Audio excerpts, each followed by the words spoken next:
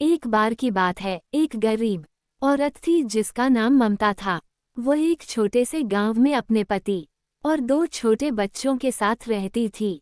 ममता का पति एक किसान था, लेकिन खेत बहुत उपजाऊ नहीं था और वे अक्सर किसी तरह अपना बुरा करते थे। एक दिन ममता के पति बीमार पड़ गए। वह काम करने में असमर्थ थे और परिवार की आय तेजी से कम हो गई। ममता को अपने परिवार को बचाने के लिए हर वह चीज बेचने पड़ी जो वह कर सकती थी। उसने अपने गहने, अपनी चादरें और यहाँ तक कि अपना फर्नीचर भी बेच दिया। एक दिन ममता जंगल में घूम रही थी जब उसे एक सुंदर मुस्कान और मिली। प्यारी औरत को पता चला था कि ममता परेशान थी और उसने उससे पूछा कि क्या गलत है।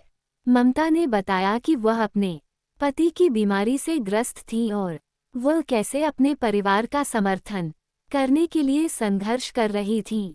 बूढ़ी औरत ने गंभीरता से सुना और फिर उसने कहा, ममता, मैं देख सकता हूँ कि तुम एक मजबूत और दृढ़ निश्चय महिला हो। तुम इस चुनौती को पार कर जाओगी, लेकिन पहले अपने डर को छोड़ना सीखना होगा। ममता को समझ में नहीं आया कि बूढ़ी औरत का क्या मतलब था, लेकिन उसने अपनी सलाह के लिए धन्यवाद दिया और अपने रास्ते पर चली गई। जब ममता घर पहुंची तो उसने बूढ़ी औरत की बातों के बारे में सोचा। उसने महसूस किया कि वह अपनी समस्याओं पर इतना ध्यान केंद्रित कर रही थी कि वह उम्मीद करना भूल गई थी। उसने अपने डर को छोड़ने और सकारात्मकता पर ध्यान केंद्रित करने का फैसला किया। ममता ने उन सभी चीजों की एक सूची बनाना शुरू किया जिनके लिए वह आभारी थी। वह अपने स्वास्थ्य, अपने परिवार और अपने आसपास की दुनिया की सुंदरता के लिए आभारी थी। उन्होंने ध्यान और योग का भी अभ्यास शुरू किया। उसे अपना दिमाग साफ करने और वर्तमान क्षण पर ध्यान केंद्रित करने में मदद की। समय के साथ ममता का दृष्टिकोण प्रगति की ओर बढ़ने लगा। वह अधिक प्रभावशाली और आशा से भरी हुई हो गई। उसने भी नए अवसरों को नोटिस करना शुरू कर दिया। उन्होंने छोटे आभूषण विक्रेताओं का एक छोटा सा व्यवसाय शुरू किया और स्थानीय सामुदायिक केंद्र में योग कक्षाएं भी सिखाना शुरू किया।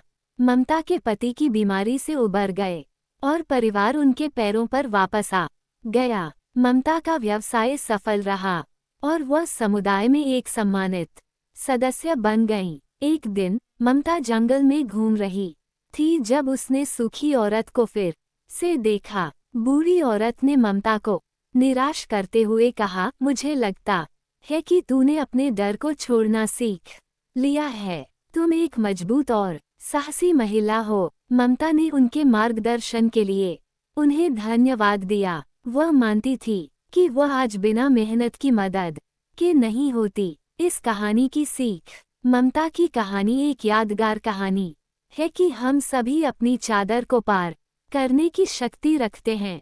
हम रास्ते में उतार चढ़ाव का सामना कर सकते हैं, लेकिन हमें अपने सपनों को कभी नहीं छोड़ना चाहिए। अगर हम सकारात्मक और केंद्रित रहें, तो हम जो कुछ भी निर्धारित कर सकते हैं, उसे प्राप्त कर सकते हैं।